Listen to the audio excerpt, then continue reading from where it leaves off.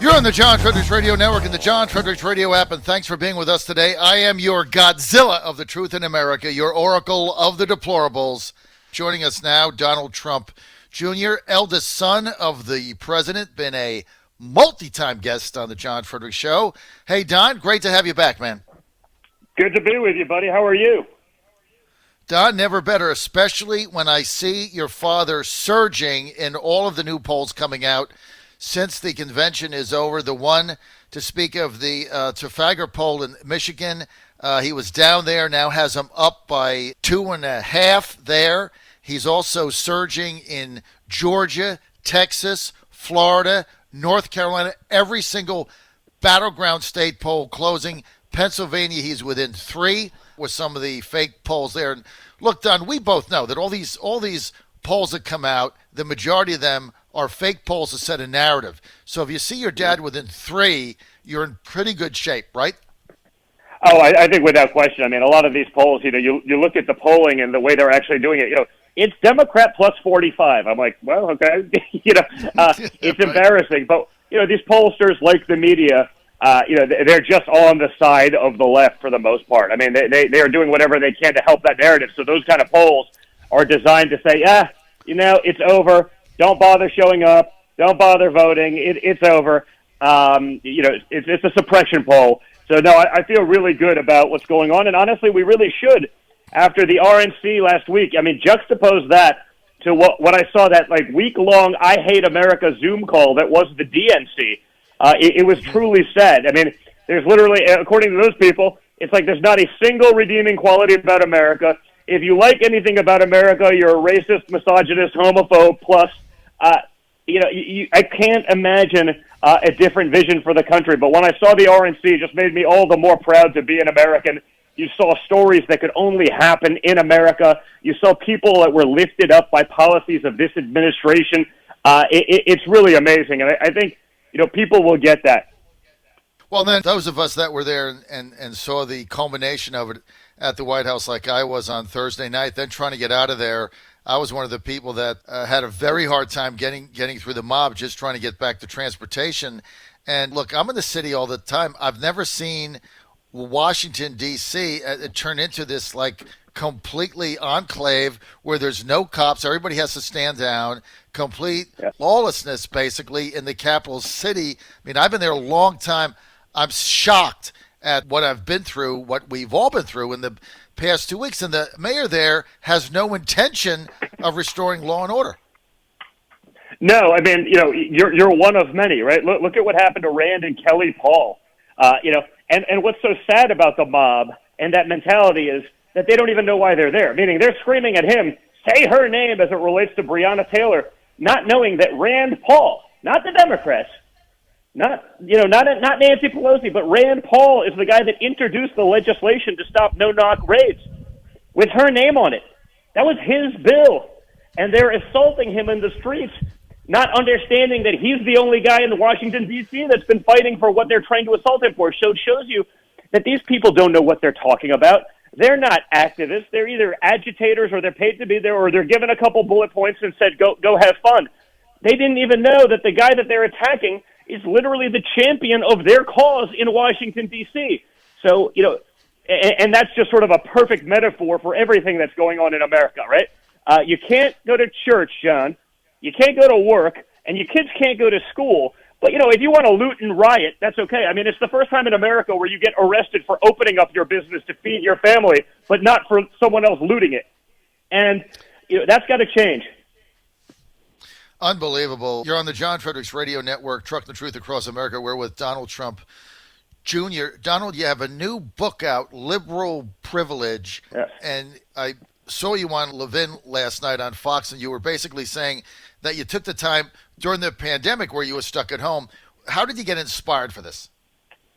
Well, it was exactly this. I mean, I came off of Triggered last year, which was a great success. I had no intention of writing another book, but because I couldn't go to work, I couldn't go out, I couldn't leave the house. I was there with Kimberly for 4 months by myself. I was like, what, that's great, but I got to do a little bit of work here. So I started looking at the guy we were running against, and it got to the point where I was like, oh my God, there's so much here. I brought in a researcher to help, and I was amazed.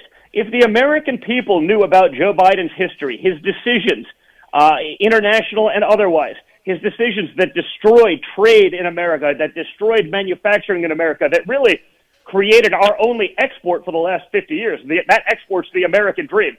We took your American dream and we sent it to freaking China for the last 50 years. And Joe Biden's running as though he's done something for manufacturing. When you talk about family, since we've been hit so hard, I'm saying, I look beyond just Hunter. There's a lot in there on Hunter and the graft and the this from the Chinese government, from the Ukraine, a bunch of other shady dealers in international business, which he amazingly became an international businessman the second his father, got on a world stage and was VP, just like he got every job he wanted, from his father's positions prior to that.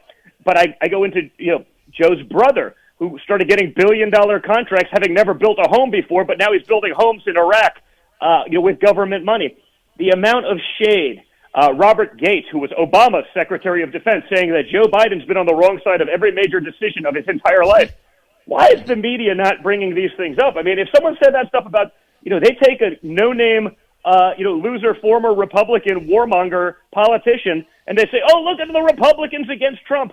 But when Obama's people go against Biden, when Joe Biden's own guy, the chief of staff that he had dealing with swine flu, H1N1, you'd think that would be relevant. I mean, they basically said they made every wrong decision. They forgot to replenish the things. They got lucky that it wasn't as deadly as COVID.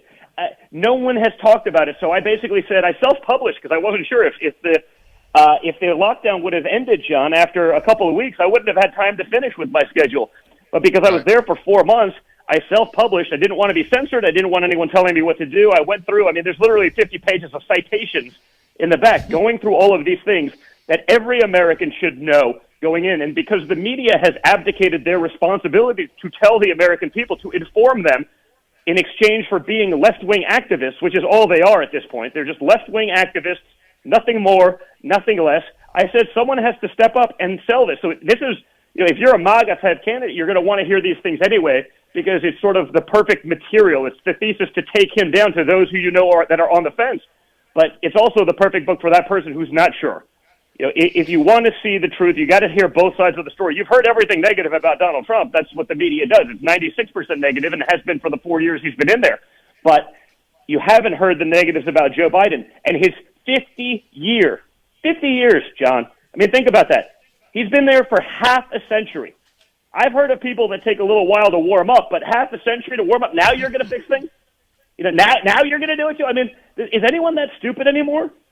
I would hope not. But again, when you're constantly bombarded by that media, it makes it hard. So if you know people on the fence, Liberal Privilege is the perfect book for them to read because at least they'll see the other side of the story.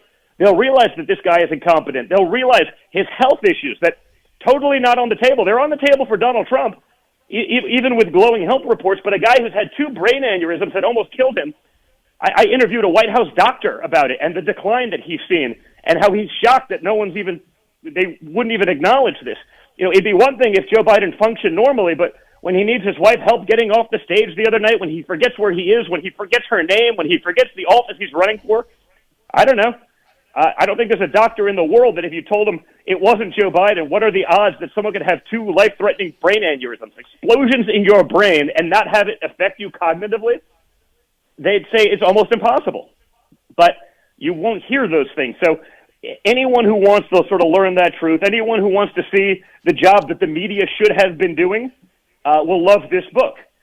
You can get it, Liberal Privilege. Just go to Amazon or your favorite bookstore, Liberal Privilege. We're going to be putting it on our website also, Liberal Privilege by Donald Trump Jr., who is with us now, been a guest on our show many times. Don, always good to have you back. As you went through the research, Don, give me the top 2 or 3 things that you were like, wow, I had no idea Biden did this. What just jumped out at you? Well, a lot of it's the stuff as it relates to trade. I mean, the media has, it's blue-collar Joe from Scranton, PA. Well, he's not. I mean, he left Scranton when he was like 8 years old. He went to D.C. He became an elected official in his 20s, and he's been a swamp monster ever since then. But for me, it's really the push for China into the World Trade Organization, that permanent status there that allowed them to decimate our jobs, manipulate trade practices, take advantage of Americans, steal our jobs, that Joe Biden's running as this like blue-collar savior who's going to bring jobs back to America when his entire career has been shipping them away is the perfect example of liberal privilege. I mean, anyone else would say, hey, you kind of have a problem here with all of these things. But he's been able to get away with it for 50 years. When I see what that's done to middle America, when I see what that's done to Pennsylvania and Ohio and Michigan and Wisconsin and all of these, Rust Belt states, it's the perfect example of liberal privilege because you know that they don't want Joe Biden. The media doesn't want Joe Biden. They want Kamala Harris, but they get her because they know that Joe Biden's not capable of standing up. They know that those are going to be the radical policies, whether it's Kamala as VP, whether it's the Joint Unity Bernie Sanders platform that's on his website. I mean, this is a socialist, Marxist, leftist agenda at this point. But the media can utilize Joe Biden as this puppet, as this vessel to sell to the American people. No, it's really moderate policies while hiding the truth behind it that the radicals are actually in charge of the ship. And that should scare us all very badly. Unbelievable. Got to get this book by Donald Trump Jr., Liberal Privilege. You can get it at Amazon or your favorite bookstore. Let's get to the debates. Nancy Pelosi the other day advising Joe Biden not to debate. Biden says, no, I am going to have the 3 debates sanctioned by the commission. You're very close to the situation. Just instinctively, are we going to have 3 debates or not, Donald? What do you think? I think they're going to do whatever they can to get out of them. You've seen that coming. They loved the Democrat debates when they thought Kamala was going to win. All of a sudden, 3 weeks later, magically, debates are sort of irrelevant, John. They're sort of useless. What do they really tell us after all? You saw Nancy Pelosi, you've seen the Washington Post, the New York Times, all running with the same thing. But the problem is this. If Joe Biden gets on the stage and manages to just even get through it, even if it's a disaster, everyone's going to say that he won anyway. I mean, that's liberal privilege. So these are all examples, I talk about in the book. I mean, this guy's been hiding in his basement. Yesterday he announced he's going to get on the campaign trail to talk to people in 10 days. What are you doing? You've been in a basement. Like, are you going to run the country from a basement? Are you going to ever come out and speak to the people? But you've never seen a campaign in history that would prefer their candidate to be locked away from the American people because every time he opens his mouth, you realize what kind of an idiot he is.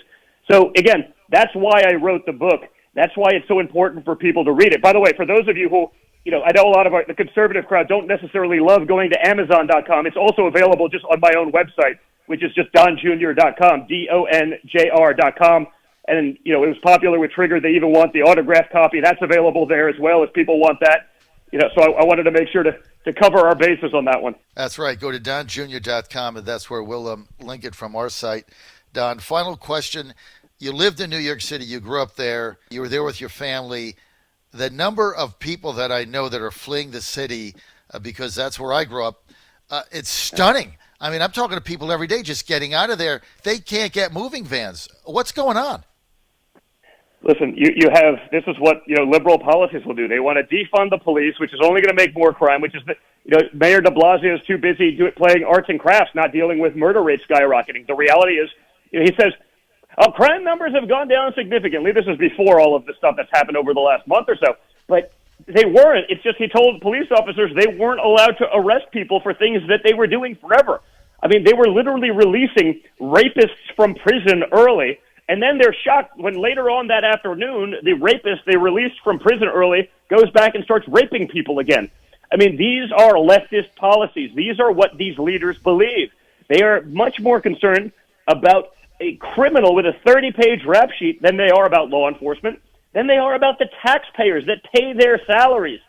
The law-abiding citizens that want to live the American dream, they could care less. Like I said, this is the first time in history where you don't get arrested for looting a store, but you will get arrested for opening up your store to put food on the table for your family. That should scare all of us, and that's what these leftist policies are bringing to America. It should scare everyone bigly. Unbelievable. Don, we're out of time. I want to thank Donald Trump Jr. for being with us. You can get his new book, Liberal Privilege, Joe Biden and the Democrats' Defense of the Indefensible. This is all you have to do. Go to donjr.com. donjr.com. Hey, Donald, thanks for being with us. I always appreciate when you come on. Trump 2020, we're going to win again, only bigger. Don, thanks for being with us. Thanks, John. Appreciate it.